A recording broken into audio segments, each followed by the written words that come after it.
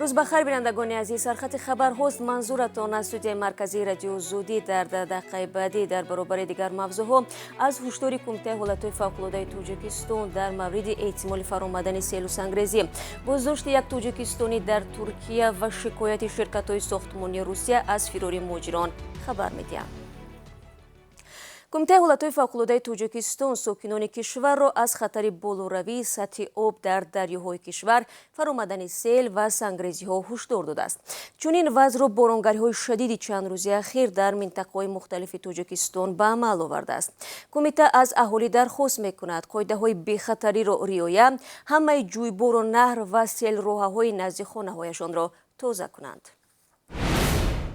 آژانسی ضد فساد تاجیکستان میگوید دو مسئول مالی نیروگاه برق آبی نارک به دزدی معاش کارمندان این نیروگاه مشغول بودند.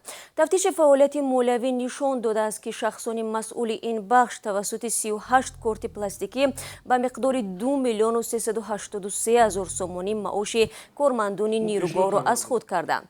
به قول منبع در رفت سنجش از مبلغ ضرر آشکار کرده شده زیاده از 1,800,000 سومانی برقرار گردید. حالا این دو نفر در بازداشت بوده، نسبتشان پرونده جنایتی آغاز شده است. نظر متهمان به این ایبنامه دسترس نیست. آن لیند رئیس عمل کننده سازمان امنیت و همکاری در اروپا به تاجیکستان آمد. قرار است خانم لیندر با مقامات بلندپایه تاجیکستان از جمله پرزیدنت امامعلی رحمان و نمایندگان جامعه شهروندی دیدار و گفتگو کند. صبح امروز آن لیندر با وزیر امور خارجه تاجیکستان همکاری‌های دوجانبه و وضع در افغانستان را بررسی کرده است. خاطررسان می‌کنم که در آستانه سفر خانم لیندر به تاجیکستان کمیته شهروندی نجات گروگانان و محبوسان سیاسی از او دعوت نموده بود که در ملاقات با مقامات تاجیک رهایی فوری عزت امان حامی حقوق شناخته را طلب نماید.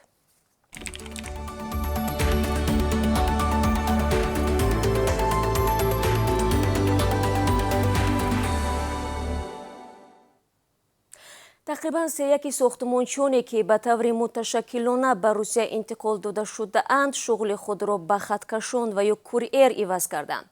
رهبر شرکت ساختمانی اینتیکو الکساندر نیکولایف در صحبت با اربکا گفته است بعد آنکه شرکت‌های ساختمانی با خرج حدود 100 تا 110,000 روبل روسی برای آوردن هر یک کارگر از خارج شروع نمودند، این مهاجران به کارهای دیگر گذاشتند. به قول نیکولایف فرض مثال کاری خطکشانی نسبت ساختمانی آسان‌تر است و معاش بهتر دارد، بنابراین مهاجران به این شغل برتری میدهند.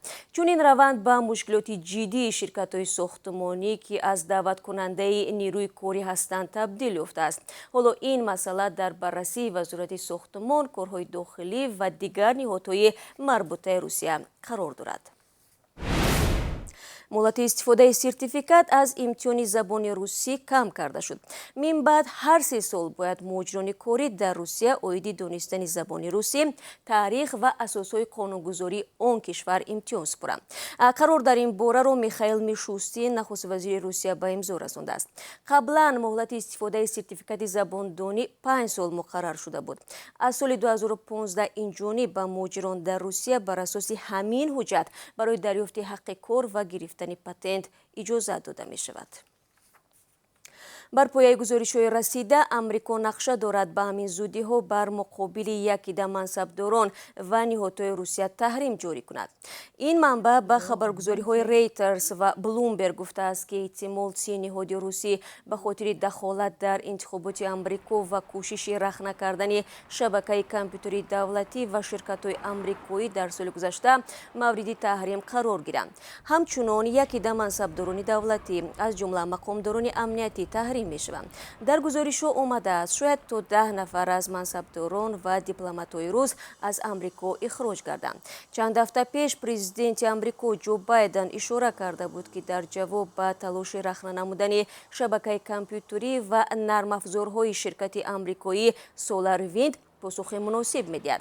سرچشمه‌های اکتشافی آمریکا میگویند رخنه به شبکه کامپیوتری سولار ویند در ماه دکبر صورت گرفته، ظاهراً از طرف رخنه‌گران روسی به عمل آمده است. مسکو دست داشتن در این عمل را رد می‌کند. روسیه ایبنامه‌های دخالت در انتخابات آمریکا را هم انکار کرده است. рӯзи гузашта хабаргузориҳои Туркия аз боздошти 11 нафар дар пайи як амалиёти вижа иттилоъ доданд, ки ба ҳамкорӣ бо созмони ба ном Давлати Исломӣ муттаҳам мешаванд. Амалиёти пулис дар 10 минтақаи Истанбул сурат гирифтааст ва дар миёни дастгиршудаҳо исми як зодаи Тоҷикистон Соле Солиҳов низ зикр мешавад. ном бурда бо дархости Тоҷикистон тариқи Интерпол дар пайгард қарор доштааст. токунун мақомоти тоҷик дар мавриди боздошти Солиҳов изҳороте нашр накарданд.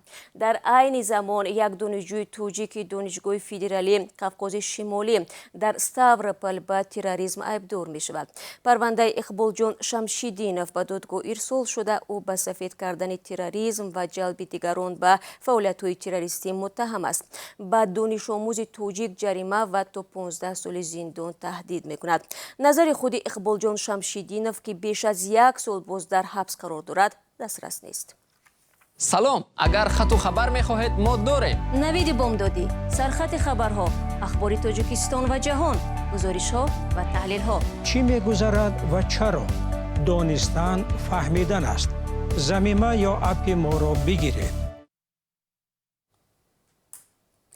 шоми 13 апрел дар канали дериватсионии Душанбе ҷасади як зани ҷавонро пайдо карданд. наҷотдиҳандагони Кумитаи ҳолатҳои фавқулода баъди дарёфти хабар аз оби канал ҷасадро берун кашиданд. маълум шуд, ки зани ғарқ гардида сокини 29-солаи ноҳияи Варзоб ва соҳиби 2 фарзанд будааст. сабаби ғарқ шудани ӯ маълум нест.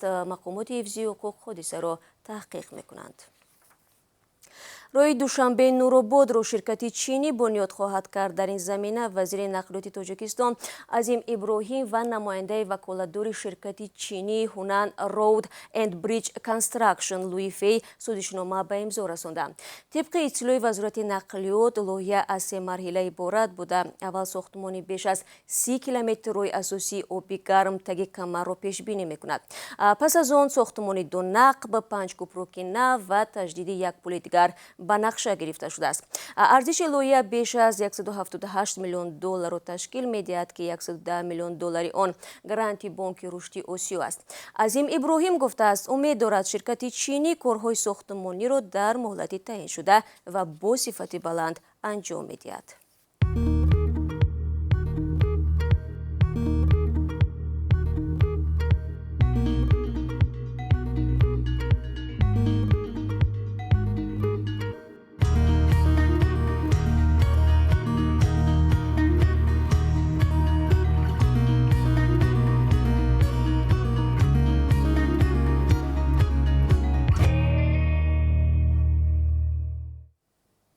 тақдими хабарҳоро идома медиҳам. пайвандони як маҳбус, ки бо ҷурми дуздӣ ба 10.5 соли зиндон маҳкум гардидааст, иддао доранд, ки ӯ аз ҷониби чанд зиндонӣ бо оби ҷӯш сӯсонида шудааст. онҳо мегӯянд, ин ҳодиса нисбати Салоҳиддин Саломови 25 сола, ки дар зиндони шаҳри Ваҳдат ба сар мебарад, ҳафтаи гузашта рух дода, ҳоло ӯ дар бемористони маҳбас зери муроқибати табибон қарор дорад. модари ин маҳбус аз мақомоти зиндонҳои Тоҷикистон мехоҳад омилони бадрафторӣ бо писарашро ҷазо бидиҳанд. ҳамкорони мо талош доранд ин қазияро бо масъулони зиндонҳо дар миён гузоранд ва бинандагони азиз талош мекунем тафсилотро дар давоми рӯз пешниҳоди шумо намоем. ҳафтаи оянда низомиёни тоҷику рус дар як тамрини муштарак ва густурда дар 3 размоишгоҳи Тоҷикистон истифодаи якҷояи нирӯҳоро машқ хоҳанд кард.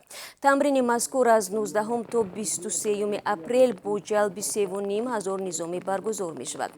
дар ин тамринҳо то 400 воҳиди техникаи ҳарбиву махсус аз ҷумла ҳавопаймоҳои ҳамлавар, чархболҳои Ми-24 ва Ми-8, тонкҳои Т-72, мошинҳои ҷангии пиёданизом, зиреҳ пӯш системаҳои мушакии сершумори Град, Тӯфон, тӯбхонаҳои Карасанг ва Акация ширкат хоҳанд кард. интизор меравад, ки соли ҷорӣ дар ҳудуди Тоҷикистону Русия дар маҷмӯъ 4 машқҳои муштарак гузаронида шавад.